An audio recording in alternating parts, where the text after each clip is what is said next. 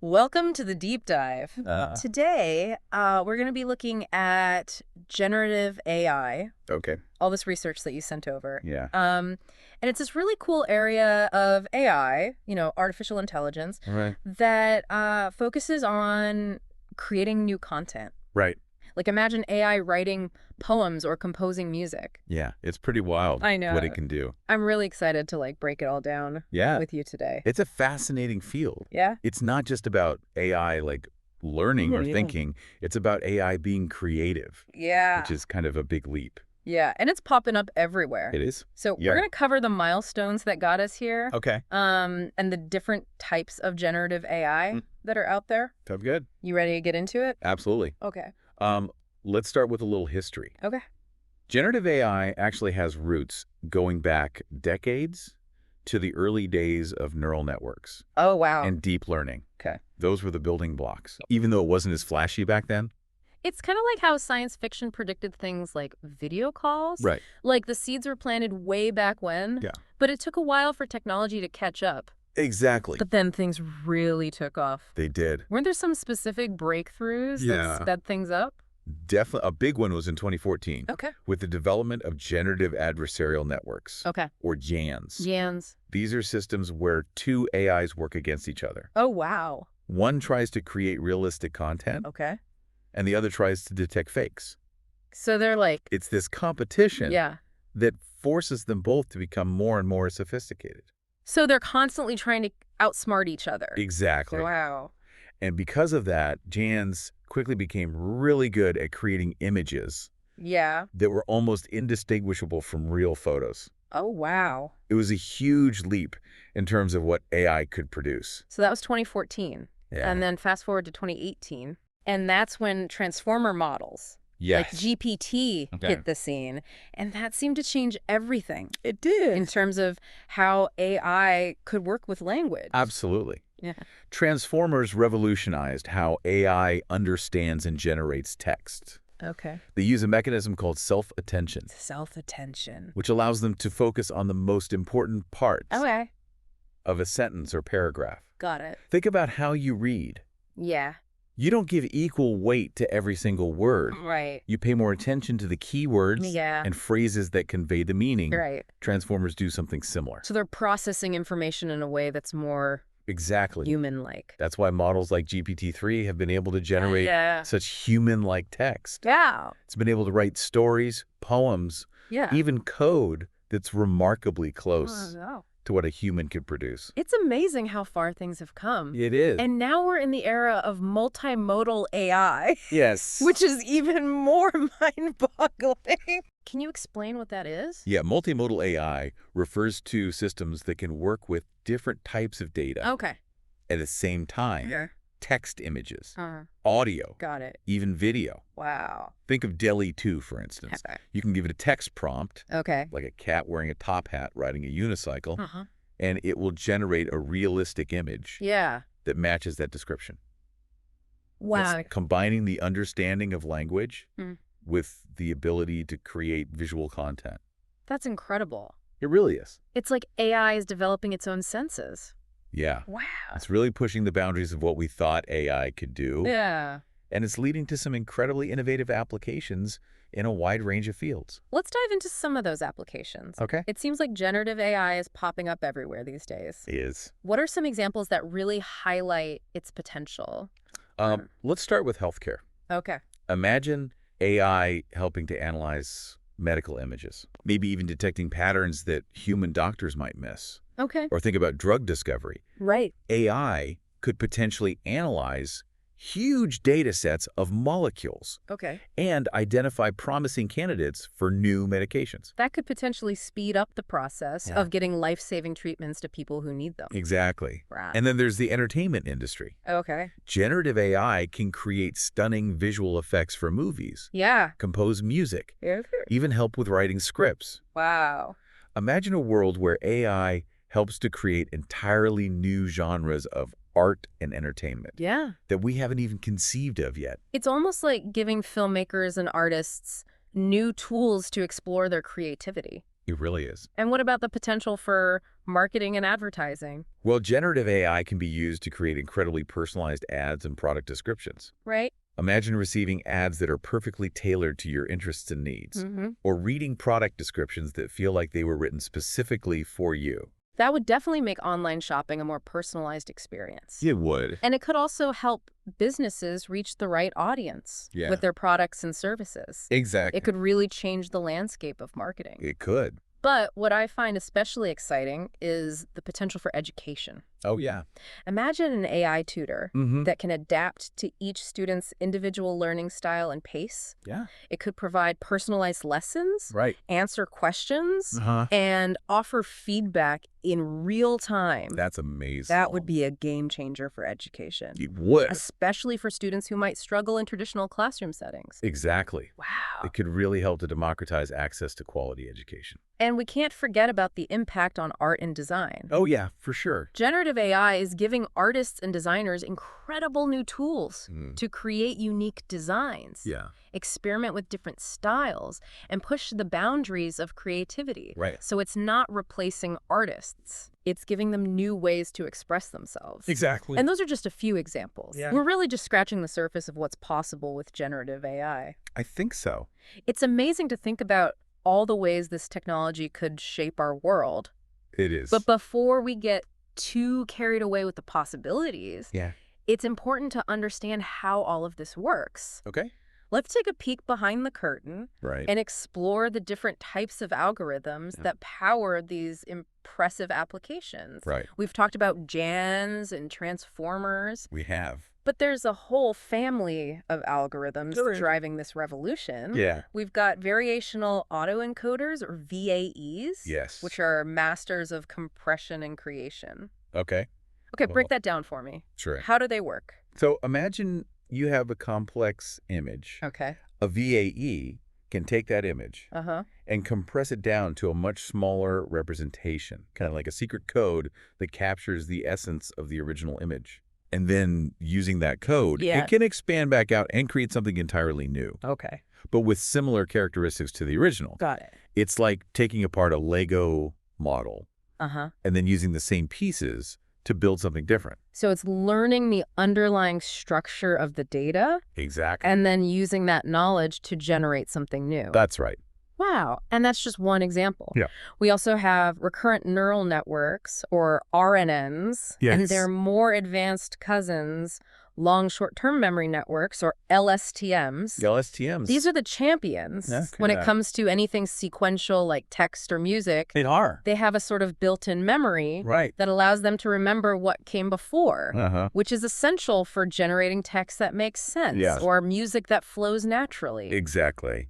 That's fascinating. Sure. So they're not just generating words or notes at random. Right. They're actually taking into account the context of what came before. That's right. And then we have diffusion models, Okay. which is a relatively new type of generative model that's been gaining a lot of attention. Okay. These models start with pure noise, Okay. like static on a TV screen, Uh-huh. and then gradually refine that noise into something meaningful, Okay. like an image or a piece of music. So it's almost like sculpting something out of chaos. That's a great analogy. Wow. And what's remarkable about diffusion models is that they can often achieve even higher levels Okay. of realism and quality Oh, wow. compared to other types of generative models. Yeah. They're particularly good at capturing fine details and subtle variations. It's amazing how many different approaches there are to generative AI.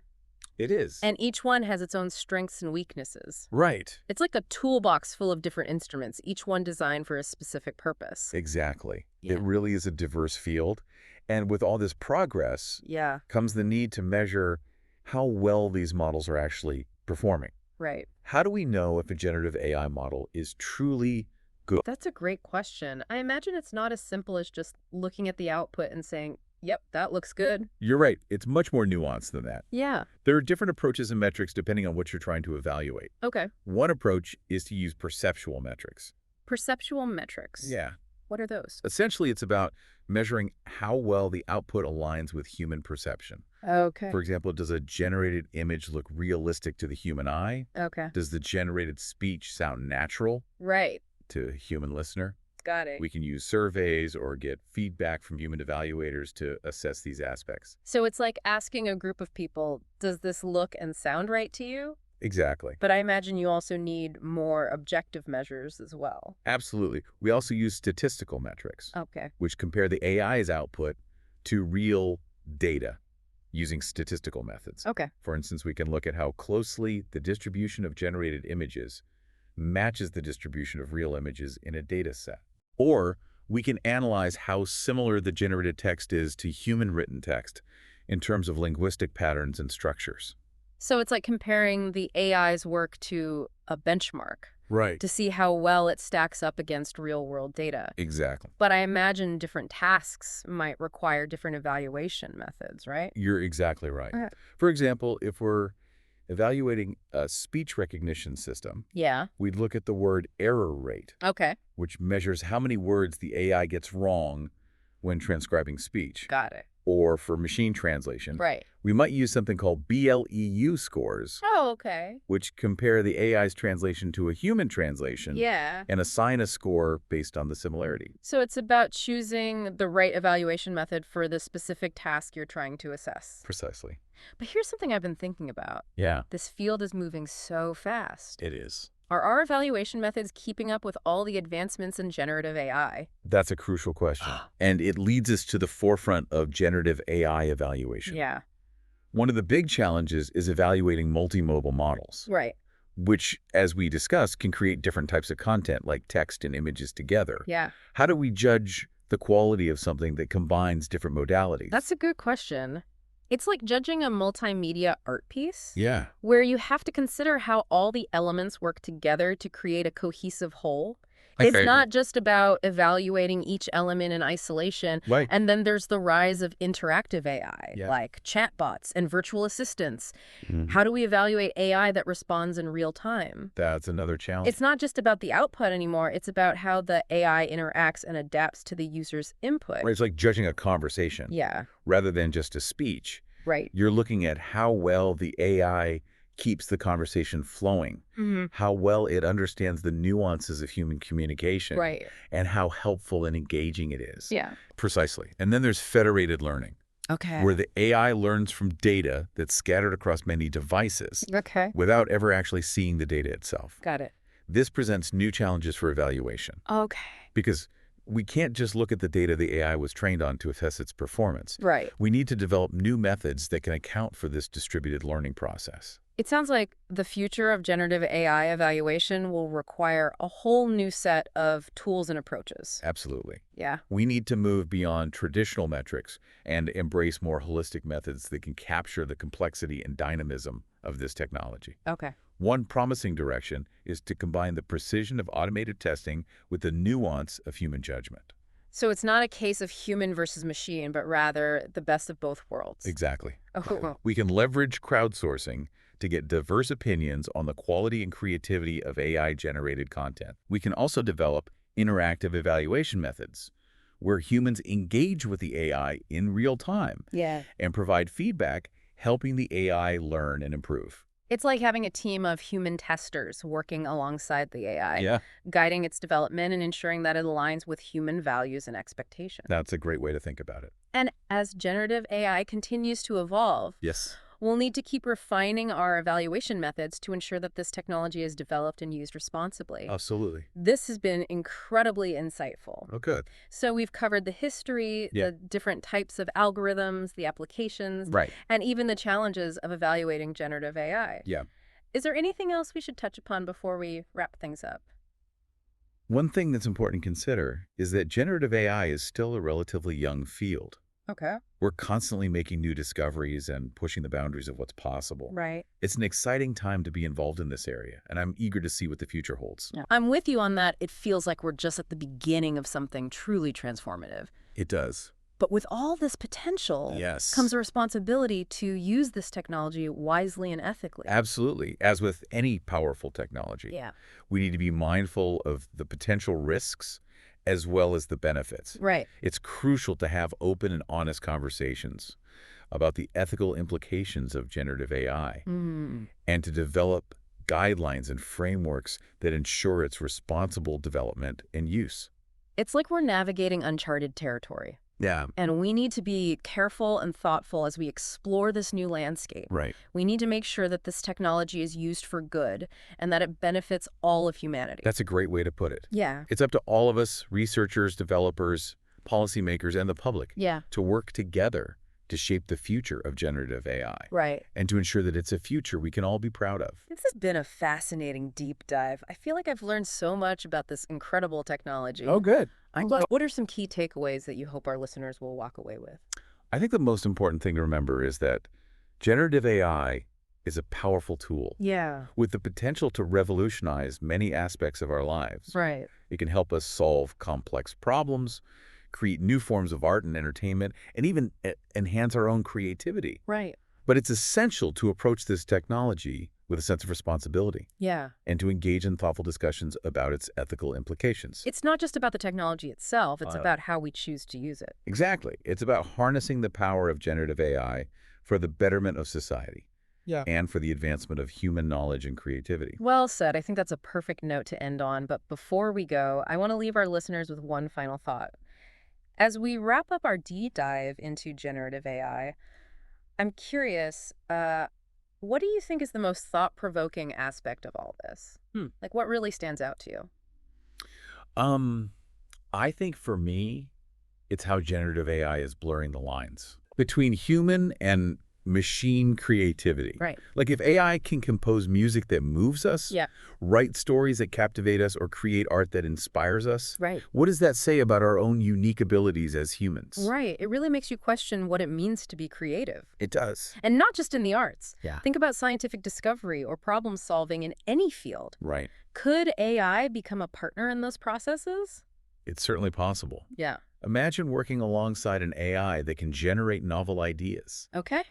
test hypotheses, and explore solutions that we might never have considered on our own. Right. It could dramatically accelerate progress in countless fields. It's almost like having an AI brainstorming partner, Yeah, constantly pushing the boundaries of what's possible. exactly. And that brings up another intriguing aspect, Yeah, how generative AI might change the way we learn and work. right. If AI can personalize education and create custom learning experiences, how will that shape the future of education? That's a big question. And if AI can automate certain tasks, Yeah. what will that mean for the workforce? Those are big questions. Yeah, it's not just about the technology itself. No. It's about the broader societal impact. Exactly.